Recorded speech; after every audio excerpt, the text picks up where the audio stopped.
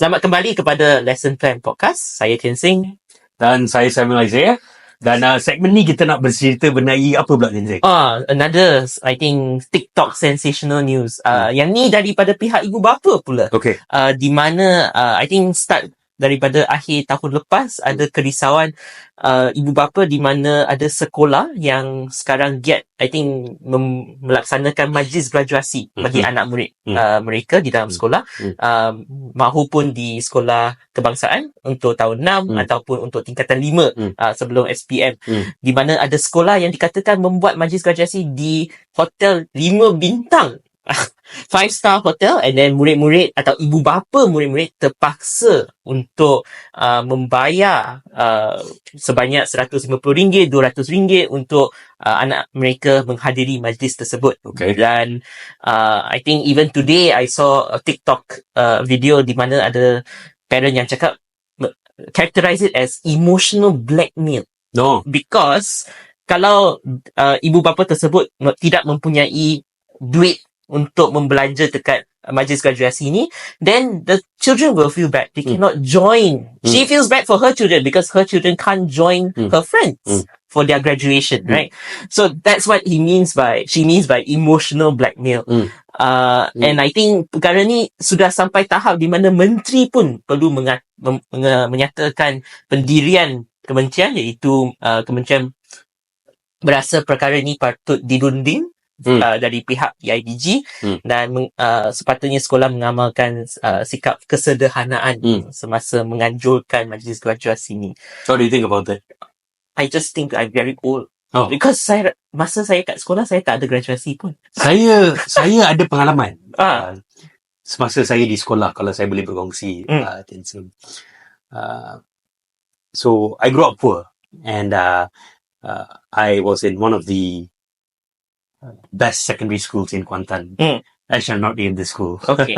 One of the best secondary schools. I think so fine. Mungkin diorang boleh teka. Tapi di sekolah itu, saya rasa majoriti ibu bapa datang daripada income bracket T20 dan sebagainya. I mean, we didn't have it back then, but you know, the significant wage gap between what my parents had and what other parents had. And I was with this unit blue uniform. I'll not name the unit blue uniform again. It's with this unit blue uniform. And it's all, you can guess by the story. And it's all, a lot of the individuals there are individuals that aspire to be doctors and whose parents are doctors, surgeons, blah, blah, blah. And they have this yearly tradition of menganjurkan AGM di Hotel 5 Bintang. Di mana, saya ingat lagi, di mana setiap murid atau setiap ahli unit beruniform itu diwajibkan bayar dan hadir untuk AGM itu. Wajib. If not, you will not get some curriculum points or something like that. But this was back in the early 2000s. The early 2000s, I think at that point there is, you know, people are not very aware about empathy. It's like, if I earn more money, I can flaunt it, blah, blah, blah, and all of that. So it was forced. And I remember it was about 60, 70 ringgit. At that time. And that's a lot of money. And I remember speaking to my parents at that point about it. And my dad's logic was pretty straightforward. 70 ringgit is groceries for a week. Yeah. And that made a lot of sense. But for me, I had to go through a series of embarrassment because of that situation. I did not know when I had to explain, not to the teacher, but to the president, who was a senior, who was like Form 5. He got mad at me. He said, "Don't tell me you can't even spend 60 ringgit." Yeah. And I'm like, and then I became like a laughing stock. Yeah. Because everybody could afford it, but I couldn't. And I remember other individuals, other seniors or individuals who were in the same form as I was, mereka tak tahu saya yang membangkitkan isu itu, or my parent yang membangkitkan isu itu. And they were like telling me, it's like, oh, that's just a stupid thing to do.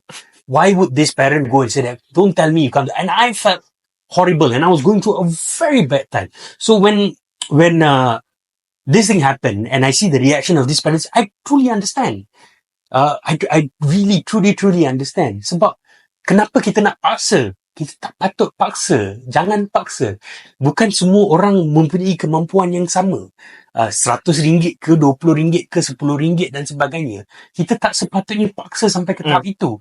Dan mungkin pada ketika itu, saya rasa sekolah ni sekolah rendah. Saya sekolah menengah. Ada sedikit kematangan ataupun maturity untuk berfikir ataupun tanya parents saya and truly understood the financial situation of my family untuk tidak memperbesarkan perkara ini dan sebagainya. Tapi saya rasa bahawa this is not something that everybody has. So I did not emotionally blackmail my parents, how you put it. Because I understood. Because any other child, boleh balik dan merungut dan you have a big fight all over it. Why can't I go? And Yes. And I think the point that I want to focus on is what you highlighted. Is kesan kepada murid yang tak boleh pergi tu sebenarnya sangat mendalam. Sebab you get a taste of inequality. Correct. You get a taste of because you're poor, you can't do this. Because he or she or your friends are richer, they can't do that. And that is not what we should be celebrating in school. Especially for something like graduation, where we are supposed to celebrate what we have done throughout the 6 years of school, celebrate progress, celebrate friendship, celebrate one another, and not the fanciness of hotel. I think that is insensitive in that sense. But I think if I'm being the idea behind it that I saw back then and now is that there's very poor parental engagement. Sangat sifat lepas tangan. Saya dah letak dekat WhatsApp contohlah. Sini. Tak ada orang bantah. Saya dah bawa ke sini, tak ada orang bantah. Saya parent pun saya malu nak kata saya bantah sebab saya tak boleh afford untuk anak saya kan. So we need to have this sensitivity. That's one of it. To be more aware of these things. But engage parents better. Correct. And I think when this came out also, I was like, actually, what is the necessity? Because I remember kalau dalam sekolah saya, kalau quote-unquote majlis graduasi, dijalankan di pekarangan sekolah sahaja. On a Friday, ada majlis perhimpunan, tapi diubah suai untuk menjadi satu majlis graduasi. You go up there and then at most you get to wear something a little bit different. Mungkin kena pakai coat ke, semua orang pakai coat, bukan sahaja pengawas. And then kena throw the hat and all of that. Something very simple but meaningful. And I think that's where meaning does not have to equate to extravagance. Correct. And monetary value and all of that, right? And like you said, no one would dare. How would I write that message in a WhatsApp group? Oh, I bantah kerana saya tak boleh. I don't have enough money to send my children. And then done. So I also think perhaps what schools could do besides engaging better with parents atau memberi peluang peluang bersuara is to give different avenues for it, and kalau ada betul-betul keperluan untuk buat di hotel mewah dan sebagainya, pastikan ada option untuk mereka yang tak berkemampuan, and be discreet about it.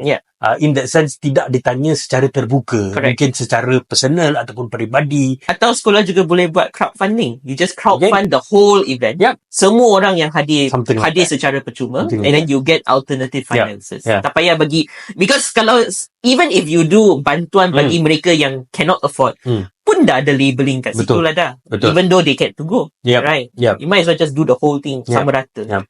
So itulah. Dan saya rasa ini kembali kepada how schools can be more inclusive, be more sensitive to this kind of issues, be more open to talking to people about it.